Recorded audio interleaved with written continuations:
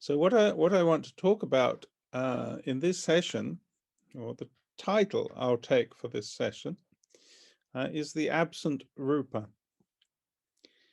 We have talked quite a bit about how the mind is conditioned by its object. And we talk about significant objects in Buddhist terminology called Rupa. Rupa originally meant an object of worship. So the Buddha Rupa is the statue on the altar. And the word has got extended to mean really any form or shape or appearance that has a power over the observer. So Rupa, we can say, powerful object. So we have quite a lot of powerful objects in our lives. Many of these, of course, are people. They are significant people in our lives. And you can also conceptually, you can imagine that behind, as it were, or beyond or underlying each Rupa, there is a Dhamma, there is a truth, there is a reality. So you see a person in a certain way, but you don't see the whole of that person. You don't see that person totally clearly. You see them through your spectacles, with your coloring, from your angle, as it were. It is impossible to have a completely all-round view of another person, however objective you try to be. So inevitably, there is a reality that is beyond the Rupa, a Dharma beyond the Rupa. And some of what therapy can be about is getting the person to reach a point where they are closer, relatively speaking, to the Dhamma, less obsessed with or overwhelmed by the Rupa. But as a matter of fact, all of us have many Rupas that influence us in our lives, and you can think of a certain hierarchy, if you like, in the sense that some are a lot more powerful than others. If you hear about, we just before we started, we were hearing about a family situation where clearly two people that are very important in the speaker's life figure. At the same time, of course, in other parts of the world, other people have been dying while we've been talking, but they're not important to us because they're not part of our world. You might have a sort of conceptual sense of the great grief, we call it in Buddhism. If you have compassion for all sentient beings, then in a sense you're going to be in grief all the time because there's something dying every moment. So in reality, in practical terms, a life has a configuration of rupas. And so when you listen to a client telling you a story, one way of looking at that story is as a sort of procession of the significant rupas in their life. They tell you a story, and it's about their relationship with this person, their relationship with that person, their relationship with this situation or that concept. These are all rupas that shape their life. And achieving empathy with a client is a matter of aligning yourself in your perception, essentially. So that if you are looking at the same rupas in the same way, you are likely to experience something of the feeling and being of the person that you're listening to. So empathy is a matter, as it were, of getting alongside. And this is a basic part of the skill repertoire of a therapist. So, okay, so this is just a little bit of background, revising what we know about Rupa. When you listen, as I say, to a client, they tell you a story, which is a procession of significant rupas. But it may well be that some rupas are missing, some rupas are absent. And there can be absence in two different senses. There can be absence in the objective, literal sense. One's father was never there, or a person that was important to you had to go away or had died, or you are far away from what you regard as your home, or something like that. So there can be a literal sense of absence. There can also be absence from the client's report. So you may listen to the client. They tell you about this person, they tell you about that person, and it's all significant and important. And then you reflect a minute and you think, she said she had a brother and a sister, and I've heard a lot about the brother, but I've heard nothing about the sister. Or you must have had a father. Why have you never mentioned him? Or, and so on.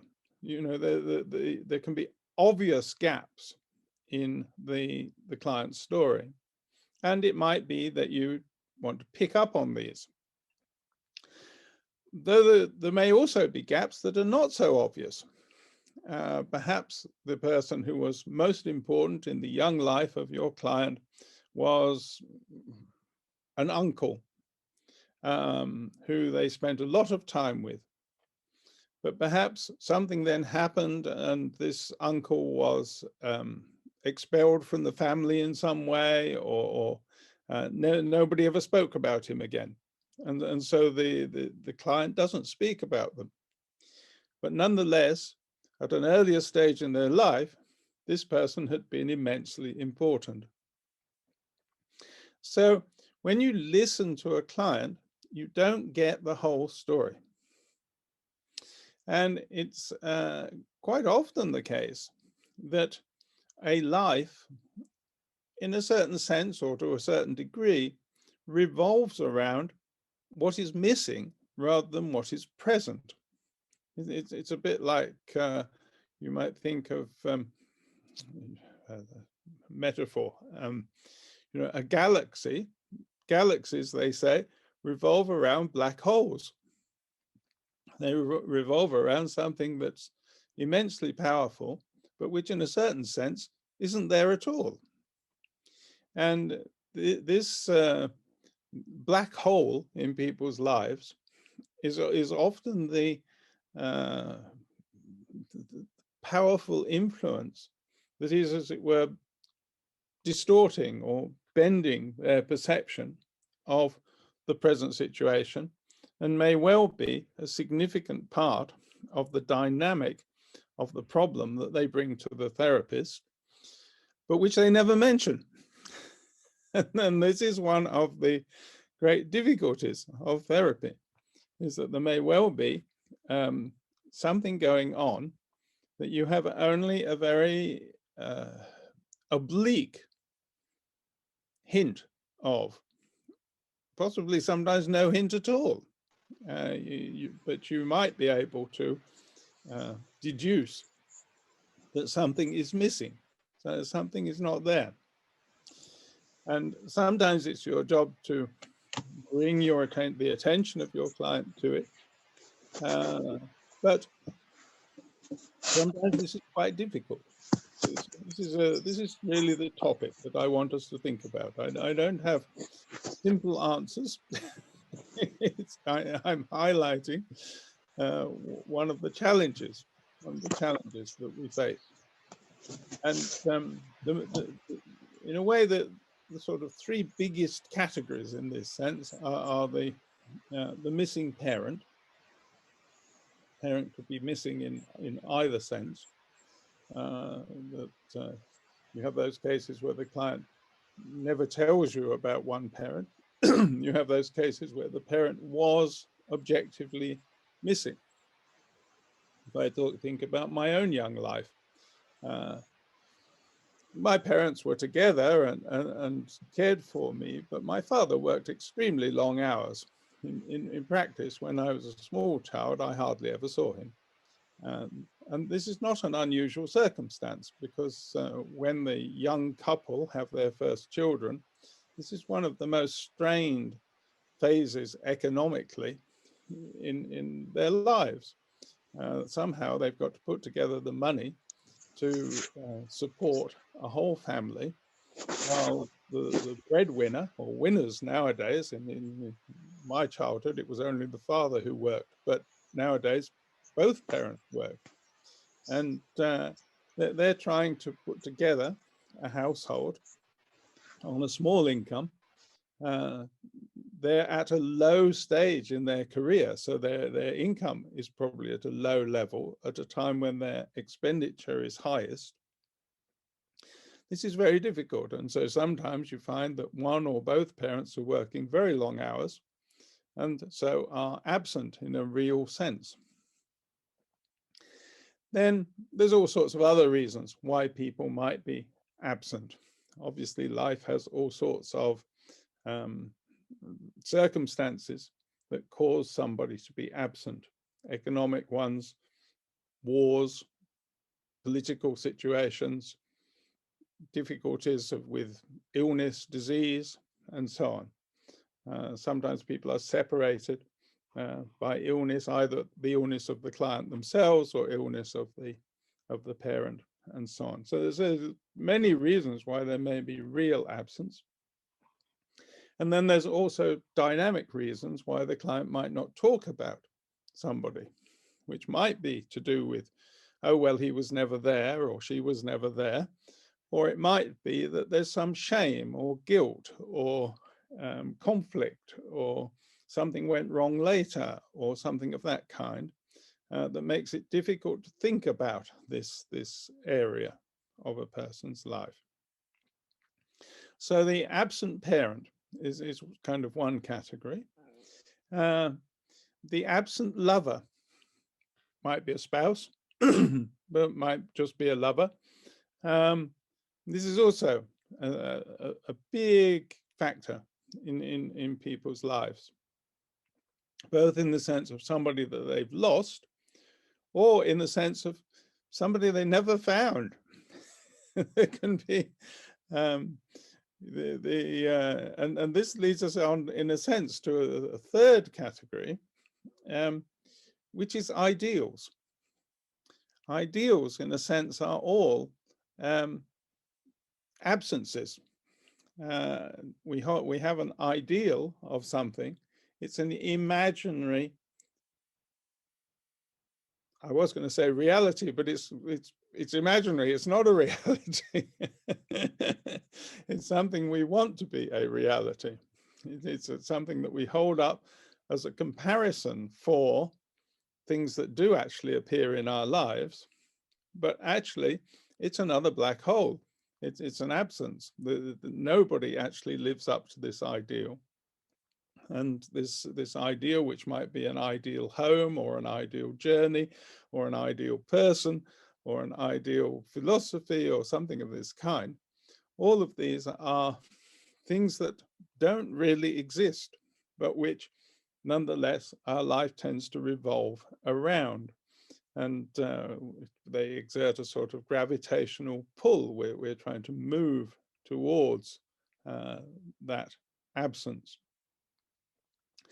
Now, one reflection which perhaps brings some of this slightly more concrete is the reflection that the Buddha lost his mother at the time of his birth.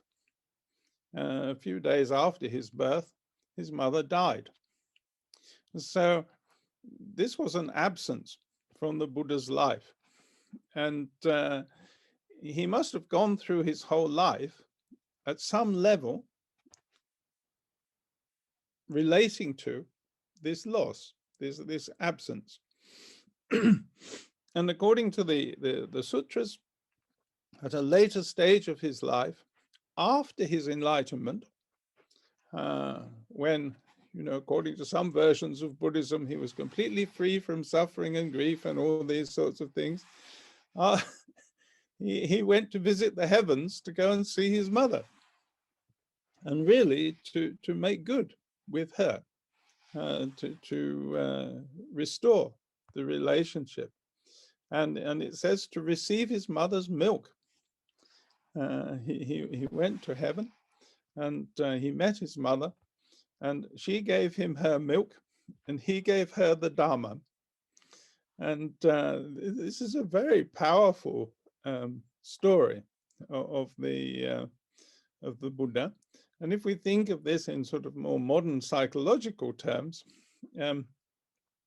this is a making good something that was absent, something that was missing, something that was unfinished business, if you like, in the life of the Buddha. He had to go to heaven to meet her. I always think of it as a kind of wonderful psychodrama. I can imagine it being done as a psychodrama, or you can imagine it on the stage, and sometimes it is like that. If you're a therapist and there is some missing element of this kind, you may not be able to literally take the person to heaven to meet the person who's died or gone or whatever, but you can enact it. And this is where methods like psychodrama and some of the Gestalt methods and so on, these have a great value, because the person can actually physically enact and therefore get the feeling of into their body and their mind what is missing, what is not there. And so these are important dilemmas for a therapist. You listen to what the client tells you, but it's often, as I say, not the whole story. It's not the whole thing. And of course, in some sense, all of us all the time, insofar as we want to improve our lives at all, we are relating to something that is not yet the case. And so that there is always some sense of something missing, something not complete. Even if I'm building a wall in the garden, as I am at the moment, there is in my mind an image of the wall, how it will be when it's finished. Well, that doesn't exist yet, but that's what I work towards. And this is sort of how we motivate ourselves. We have an image of something that is that's not there, something that's missing.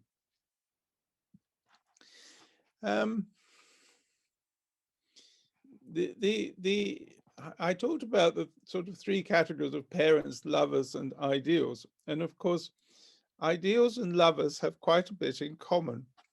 One takes a lover in a hope of realizing some kind of ideal. One may have an ideal of family life, or an ideal of passion, or an ideal of well, very often the attraction of the lover is that one believes that at some level that the lover will make good the absence that is already in your life. What you're missing from your life, you look for in this person that you're attracted to, and you believe at some level, fantasy as it were, this is it. They're going to provide me with what I haven't got, you see, like that. So there's a sort of double layer here of in a way, delusion, but it's constructive delusion, because if we didn't have those delusions, we'd never get involved with anybody in that way. The whole basis of, you may say, passionate relationship is an element of fantasy of this kind. And what happens in relationships is that the imaginary and the real sort of collide, and maybe something can be made of it, or maybe not. And if not, then it fails. And if something works out, then there is a relationship, and the thing continues. So the thing I want really just to sort of underline and stress is the importance of what is absent, not merely what is present. We started off with the importance of rupa, but the important rupa may not be concrete. It may not be actually present. It might be concrete but absent, or it might be simply something that's been banished from the mind, even though it was important at some stage or other.